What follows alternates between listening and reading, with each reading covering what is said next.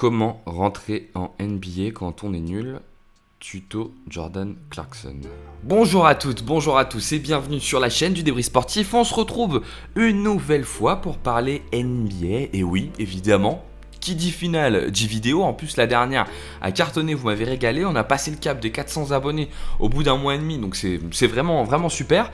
De quoi on va parler aujourd'hui? Aujourd'hui, je vais vous parler un petit peu de la défense des Cavs. C'est pas la première fois. C'est peut-être pas la dernière fois, mais ça n'empêche pas qu'il y a de quoi parler. Parce que hier, Cleveland a attaqué le match avec une défense absolument catastrophique. On va pas se mentir, et avec des attitudes qui ne m'ont pas du tout plu. Au final, qu'est-ce que ça a donné? Golden State, vous l'avez vu, a gagné de 19 points, et Cleveland retourne chez eux avec un petit 2-0 qui signifie peut-être déjà la fin de la série. Du coup, on va vous expliquer comment les Cavs ont fait pour défendre aussi mal. On va faire un peu trois focus. D'abord, on va regarder un peu leur communication défensive pour voir qu'ils étaient complètement fraises. Après, on va regarder un petit peu la défense sur Javal McGee et on va aussi parler de la défense de Kevin Love qui est, comment dire, catastrophique, je crois que c'est le mot. Mais bon, juste avant de commencer, je tenais à vous remercier pour tous les commentaires, pour tous les likes que vous avez pu mettre sur la dernière vidéo. Si vous souhaitez soutenir la chaîne, c'est la meilleure chose que vous pouvez faire. Ça permet d'avoir un petit peu plus de diffusion et puis en plus, ça permet d'échanger, donc c'est très cool. Et tout de suite, on se lance sur la première action. C'est parti!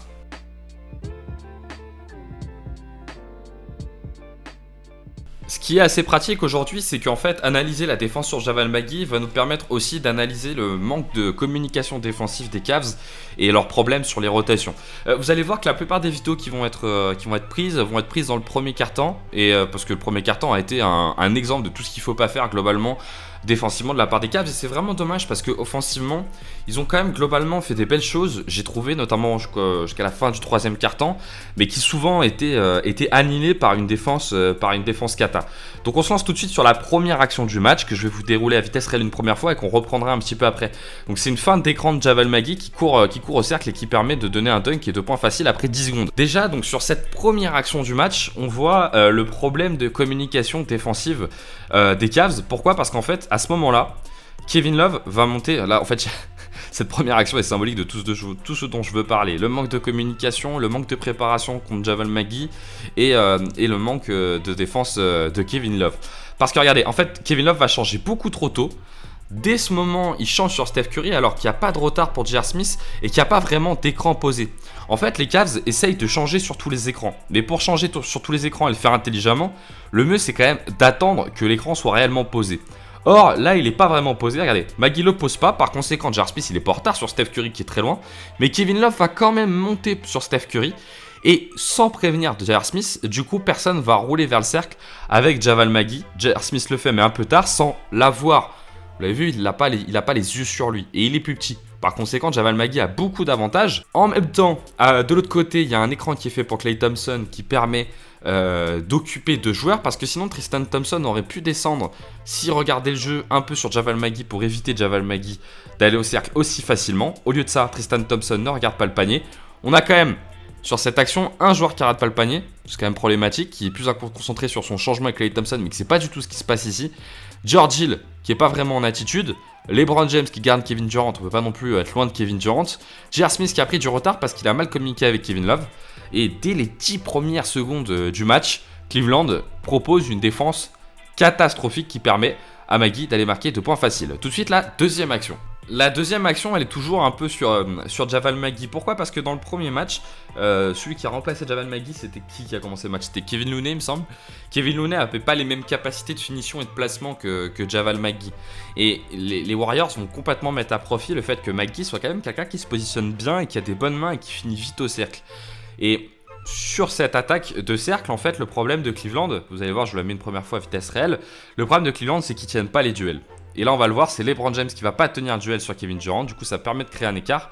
Et Javal McGee a 2 points faciles. On se la remet à ralenti, on va voir ce qu'il faut regarder. Là, ce que vous allez devoir regarder, c'est le fait que LeBron ne tienne pas le duel. Par conséquent, J.R. Smith va venir en aide et Kevin Durant a une superbe lecture de jeu qui lui permet d'aller marquer 2 points faciles. Donc, Draymond Green va ressortir sur Steph Curry. Il y a une faute sifflable.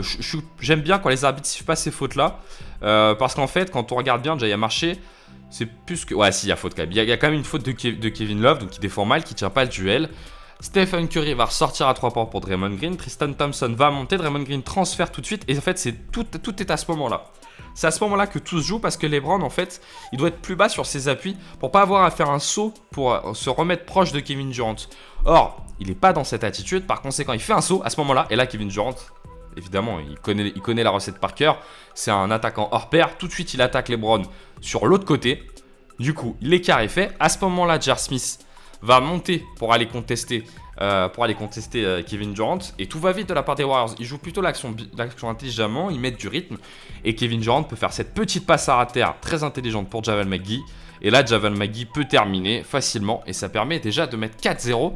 Et en fait, les Cavs ne se sont pas préparés au fait qu'il y ait Javel McGee qui laisse ses bons placements différents de Kevin Looney, qu'il aille plus vite au cercle. Et on continue à faire leur prise à deux et surtout ne tiennent pas les duels à ce moment-là. Tout de suite, la troisième action. On reste encore un petit peu sur Javel McGee et sur le fait que le plan soit pas assez préparé. Et là, en fait, on va mettre en évidence un problème qu'ont à mon sens les Cavs. C'est qu'ils changent beaucoup trop facilement sur les écrans. Ils ne peuvent pas changer aussi vite sur les écrans. Il faut qu'ils soient un petit peu plus patients, qu'ils tiennent un peu plus les duels et qu'ils tiennent un peu plus leur homme. Parce qu'effectivement, avec Kevin Looney, qui fait à peu près 2m3, 2m5, je pense, ils peuvent se permettre de tout changer. Mais McGee, il est beaucoup plus grand. Il doit faire à peu près 2-13, 2-11, 2-13, 2-11, je pense. Et par conséquent, il y a beaucoup plus gros écarts. Et là, c'est ce qu'on va voir. Ils vont leur faire payer. Donc, on regarde cette action et on va voir qu'ils vont leur faire payer ça assez facilement. Avec ce changement, et Javel McGee qui se retrouve sur George Hill et qui peut punir dessous, c'est dans le troisième quart-temps. Qu'est-ce qui se passe à ce moment-là? Vous allez voir tout ce qui se passe au niveau de Javel McGee et vous allez voir qu'en fait les Cavs changent trop facilement. C'est-à-dire qu'il y a un premier écran qui est fait sur Steph Curry, que Kevin Love en fait n'est pas en attitude. Il n'est pas très concentré sur ce qui se passe vers Steph Curry. Il veut rester sur Javel McGee. Ce qui est plus intelligent parce que le but c'est quand même de garder Javel McGee un peu plus longtemps. Steph Curry fait un écran sur Klay Thompson. Klay Thompson va partir de l'autre côté. Avec George Hill, il change. Et là, Javel McGee va attendre. Cette première action ne permet rien. Par conséquent, ils en lancent une deuxième où Klay Thompson va remonter. Et là, Javel McGee pose l'écran. Et tout de suite, Kevin Love en fait a peur de la remontée de Klay Thompson et va changer sans vraiment communiquer avec George Hill. Par conséquent, George Hill va devoir rester sur McGee. À ce moment-là, c'est mort. Parce que McGee est devant George Hill et c'est beaucoup trop tard. Par conséquent, comme ils ont changé trop tôt et que McGee est trop grand pour George Hill, Kevin Durant peut la donner facilement à Javel McGee qui est beaucoup plus grand que George Hill, qui évidemment ne peut pas gêner même s'il essaye. Et George Hill fait tout ce qu'il peut. Et d'ailleurs, c'est typique là, du problème du changement. C'est typique du problème du changement parce qu'à ce moment-là, George Hill essaye de contester, il arrive à être là. Mais McGee est beaucoup plus grand et peut terminer au cercle facilement avec un dunk. Allez, dernière action avec Javel McGee. Rendez-vous compte quand même de ce que proposent les Warriors. C'est assez incroyable. C'est-à-dire que vous avez sur le terrain Stephen Curry, Draymond Green, Klay Thompson, Kevin Durant. Et pour autant, le danger peut venir d'un cinquième homme. C'est absolument incroyable. Et sur cette action, une fois de plus, pour moi, ils sont pas prêts à défendre sur Javel McGee. Parce que regardez, il y a un écran qui est posé par McGee. McGee va pouvoir rouler au cercle et elle est marquée le panier dessous. Étant donné que George Hill n'arrive pas à le contester. Et vraiment, là, on a une fois de plus la différence entre un Kevin Looney ou un joueur basique et Javel McGee qui a une très bonne fin de pique, une très bonne cut vers le cercle et des très bonnes mains pour aller finir. Regardez ce qui se passe ici. Javel McGee va aller faire semblant de poser l'écran. Kevin Love change tout de suite, comme la première action, rappelez-vous. C'est la même que la première action. Kevin Love n'est pas vraiment concentré sur Javel McGee. C'est trop compliqué pour les Browns parce que Kevin Looney, il n'a pas cette capacité à rouler aussi bien que peut le faire Javel McGee. Javel McGee, ça, il le fait vraiment super bien. Regardez, à ce moment-là, il va très très bien rouler. Il sent le jeu en fait. Il sait qu'il est devant les Browns. Par conséquent, il tourne. Alors, bon, je vous dis qu'il tourne bien, c'est pas tout à fait vrai parce qu'il tourne dans ce sens-là, alors qu'en fait, il doit tourner dans l'autre sens. Mais bon, c'est pas grave, il le fait quand même plutôt bien. Kevin Durant, comme il est grand, peut mettre la passe au-dessus. Et McGee peut aller finir. En plus, il va finir avec la faute parce que George Hill va faire faute. Mais George Hill a quand même une bonne attitude de vraiment essayer. Mais sauf que le problème, c'est qu'avec Javel McGee, il est tellement grand, il est tellement long que c'est compliqué de vraiment gêner sur ses attaques de cercle. Avant de repartir sur Kevin Love et la communication défensive, je vous montre quand même une action qui est assez symbolique pour moi de ce que n'a pas réussi à faire Cleveland dans le premier quart-temps, étant donné qu'en fait, ils sont complètement incapables de tenir les duels. Et c'est la première chose, c'est-à-dire qu'avant de vouloir changer sur tout, il faut tenir les duels. Je vous avais expliqué dans une précédente vidéo que le problème de changer sur tout, c'est que pour moi, parfois, on n'était pas assez intense en défense et qu'on avait trop tendance à se dire le mec derrière va sécuriser la chose. Sauf que la base de tout quand même, c'est d'aller tenir ces duels. Et là, vous allez voir que globalement, J.R. Smith se fait avoir beaucoup trop facilement. Regardez, là, il y a le changement. Kevin Durant se retrouve sur J.R. Smith et il va pouvoir l'attaquer. Et J.R. Smith lui ouvre complètement le côté gauche. il ouvre complètement le côté gauche et il sait que Kevin Durant va plus vite. Donc il peut attaquer et aller finir près du cercle. Et globalement, J.R. Smith a été un gros problème dans ce match parce que J.R. Smith ne tient pas les duels. Et toute base de toutes les défenses, c'est faire ça. C'est aller tenir les duels. Sans ça, ça sert à rien d'y aller. Vous allez vous faire avoir tout le temps. Comme je vous le dis, tout part du fait de tenir les duels. Et je vais quand même vous montrer sur 2-3 séquences que les Cavs n'y arrivent pas, quoi. N'arrivent pas à faire ça. Regardez. Ils passent trop facilement Klay Thompson face à Tristan Thompson sur cette action que je vous ai mis, que je vous mets à vitesse pleine. Regardez, à ce moment-là, au moment du catch, il a déjà l'avantage. Il est déjà devant Tristan Thompson. Il faut qu'ils se démerdent, les Cavs. Là, c'est un problème aussi de communication. LeBron doit close un peu plus vite sur Klay Thompson pour permettre de venir un petit peu en soutien de Tristan Thompson qui est dépassé dès le catch. Et ça, c'est un vrai problème chez Cleveland. Ils doivent être beaucoup plus concentrés parce qu'ils sont capables de le faire. Ils l'ont déjà fait par le passé. Ils l'ont déjà fait même par moments dans ces playoffs. Mais là, c'est pas possible. C'est pas possible que dès le début de la circulation, il y ait ce problème-là de se faire dépasser. Et globalement, à changer surtout, les Cavs se retrouvent tout le temps en mismatch. Ils se retrouvent tout le temps dans des situations où ils ont un joueur qui n'est pas capable de défendre sur l'attaquant des Warriors. Et pour cette raison, la défense des Cavs, elle est cata. Regardez encore sur cette action. Où là aussi, il y a un problème. Regardez déjà. Dès ce moment-là, tellement ils ont changé tôt, on a George Hill sur Kevin Durant. Et comment George Hill arrive à venir sur Kevin Durant? On se remet l'action. Il y a un écran là-haut, là. Ils changent beaucoup trop facilement. Ils ont changé beaucoup trop vite, beaucoup trop facilement, par peur de Klay Thompson. Et du coup, Kevin Durant se retrouve dès ce moment-là sur George Hill. Et là, c'est beaucoup trop facile pour Kevin Durant. Regardez, il n'y a pas grand-chose à faire. Durant a juste à aller la prendre. Alors Tristan Thompson fait de bonnes contests. Et après, c'est facile pour Kevin Durant. Il peut aller marquer son panier. Il est beaucoup plus grand que George Hill. George Hill a beau bien défendre, il peut rien faire face à Kevin Durant. Dernière action dans ce style où il change beaucoup trop vite et se retrouve toujours sur un mismatch. Et où en plus ils tiennent pas le duel parce que vous allez voir J.R. Smith va se faire enfoncer beaucoup trop facilement. Il y a cette action là où il y a le changement, Kevin Durant se retrouve sur J.R. Smith et après c'est facile, il a tout l'espace pour opérer et c'est super facile pour lui. Qu'est-ce qui se passe sur cette action? Là-haut, il y a un écran, même pas, il le pose même pas à l'écran Stephen Curry sur LeBron James. LeBron James demande tout de suite de changer sur Kevin Durant et là c'est déjà terminé. Et là, c'est déjà terminé parce que LeBron va se fatiguer à défendre sur Steph Curry, parce que J.R. Smith est face à Kevin Durant, et qu'en plus, il ne le colle pas, donc il va laisser la place à Kevin Durant d'aller se mettre ici pour prendre tout l'espace. Et après, c'est facile pour Kevin Durant, regardez. Il prend l'espace ici, il est déjà très près du cercle, c'est terminé. J.R. Smith, il n'arrivera jamais à le contester. Il ne tiendra pas le duel, il l'a pas tenu dès le départ, il ne le tiendra pas. Et vaut mieux que ce soit LeBron James sur lui parce que Kevin Durant est beaucoup trop grand et beaucoup trop puissant pour J.R. Smith. Et ça fait panier facile. Bon, maintenant, on va se régaler parce qu'on va regarder la défense de Kevin Love. Qui, dans ce match-là, par moment, il a fait des bonnes séquences, c'est vrai, faut pas le nier. Mais qui, pour moi, est à la ramasse totale en défense, notamment dès qu'il est sur Steph Curry. Où il fait trop d'erreurs. Et en fait, c'est même pas tant sur la défense en 1 contre 1, c'est qu'il sait pas défendre le pick and roll. Vraiment, mais vraiment, il sait pas défendre les changements sur pick and roll, il fait n'importe quoi, il prend dans toutes les feintes. Vous avez déjà vu sur des actions un petit peu avant que je vous ai montré qu'il a la ramasse. Mais là, vous allez voir, c'est aberrant. Regardez, Stephen Curry va prendre la balle ici, va pouvoir lui déborder assez facilement et aller marquer près du cercle. Qu'est-ce qui se passe sur cette action d'intéressant? En fait, Kevin Love fait une première erreur très tôt, dès ce moment-là. Parce qu'au moment du changement sur McGee, il regarde Steph Curry, donc il sait qu'il doit prendre Steph Curry. Pourquoi il recule? Mais pourquoi il recule? Mais c'est une vraie question, je comprends pas pourquoi il recule.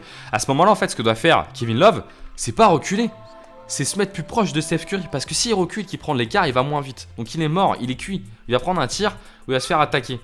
Donc Steph Curry le sait tout de suite, donc en profite. Kevin Love est pas en appui, du coup, va remonter très vite pour essayer de close, mais pas en appui. Pourquoi? Parce qu'il remonte en étant beaucoup trop droit. Il doit être plus bas sur ses appuis au moment où il remonte pour être en mobilité au moment où Steph Curry va attraper la balle. Parce que Curry fait une petite feinte, Love prend dedans et Curry a plus qu'à accélérer et à mettre le panier près du cercle. Mais attention, c'est pas la pire. Tout de suite la deuxième action. Deuxième action qui symbolise le manque de communication, mais aussi les choix, mais purée, mais c'est pas possible, les choix catastrophiques de Kevin Love. Regardez qui y a sur le terrain à ce moment-là du terrain pour les Warriors. Sean Livingston, Draymond Green, Klay Thompson, Kevin Looney. Par conséquent, il y a deux vrais shooters à 3 points. Draymond Green peut en mettre, mais globalement, depuis le début des playoffs, il est en grande difficulté.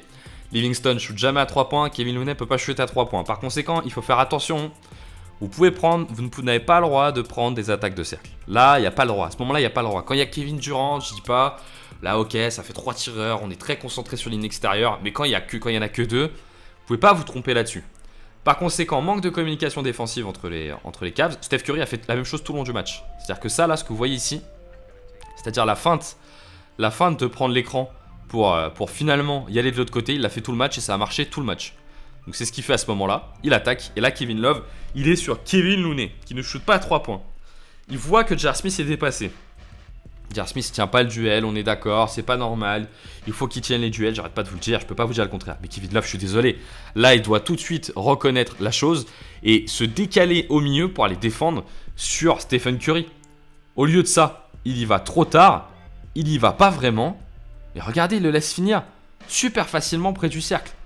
Kevin Love doit être plus en attitude.